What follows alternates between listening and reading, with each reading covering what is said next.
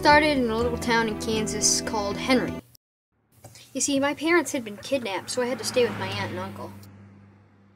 That's me, Henry. Hi, Aunt Dottie. Hi, Uncle Frank. We're so glad to have you. Yeah, let's go home now. Henry! How do you like your room? Oh yeah, it's great. If your parents don't come back, I can ride in the room a little bit for you.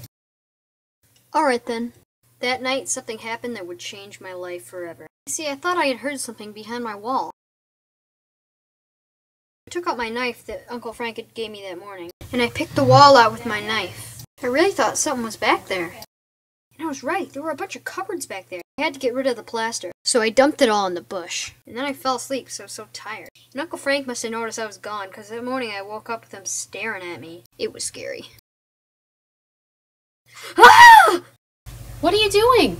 It was my cousin Henrietta, and now of course I had to tell her the whole story. And later in the day we were playing around with the cupboards, and I said, hey, get me my knife. So she got me my knife, and I carved away one of the cupboards. What do you see? It's just all yellow. And Henrietta left, and I took out my knife again.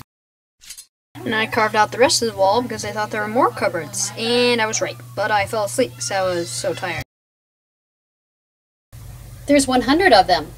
100 cupboards. I want to open the little black one. Now let me tell you a little something about myself. Sometimes I have feelings of things are bad ideas, and this was a really bad idea. So I just said, well, let me leave the room first. So I went downstairs to see if we had anything to eat, but we didn't. But when I went back upstairs, Henrietta was unconscious. And it looked like something from inside the cupboard was grabbing her. And then, great for me, grabbed me too. But I just pinched it and it let go of me. So then I just picked her up and put her on my bed to see if she was hurt. And there was something in her pocket. It looked like some sort of demented key.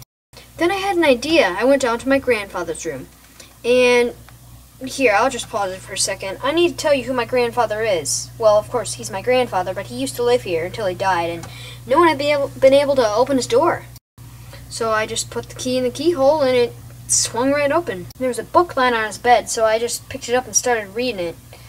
It said, Grandfather's Journal, and it was all about the cupboards. Hey, Henrietta, look what I found. It was in Grandfather's room. Grandfather's journal talked about how you had to set the dials to go to different cupboards, and then you'd have to get zapped into his cupboard in his room. We heard something downstairs, so Henrietta went to see what it was. But after an hour of waiting for her to come back, I got kind of worried, so I went downstairs myself.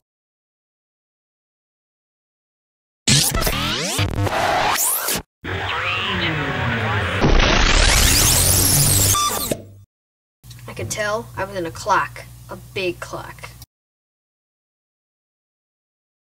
Hello. What's your name? Henry. Mine's Richard. Why are you here again? Have you seen anyone else come through here?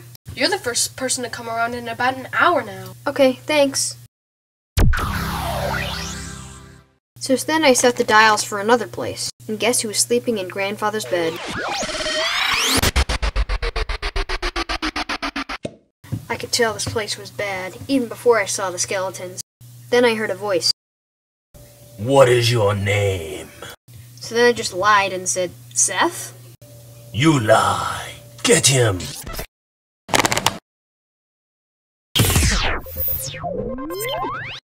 Oh, hi, Henrietta. Let's go home.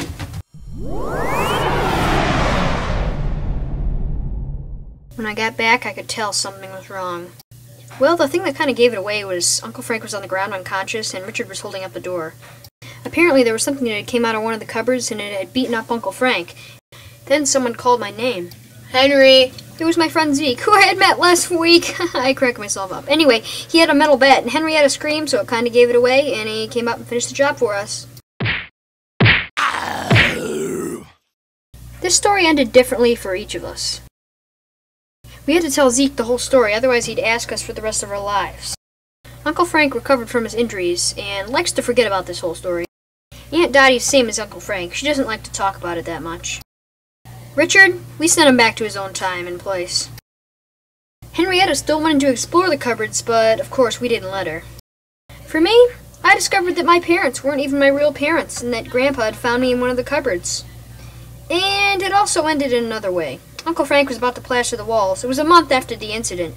Is there anything you like to do? Yes. And I went up to the cupboards and ripped off the dial one, and underneath it was a letter. And this is what the letter said. Now, normally I'd be scared, but I honestly thought that this was my parents sending me this letter, so I decided to stay where I was. And I guess this is the end of the story.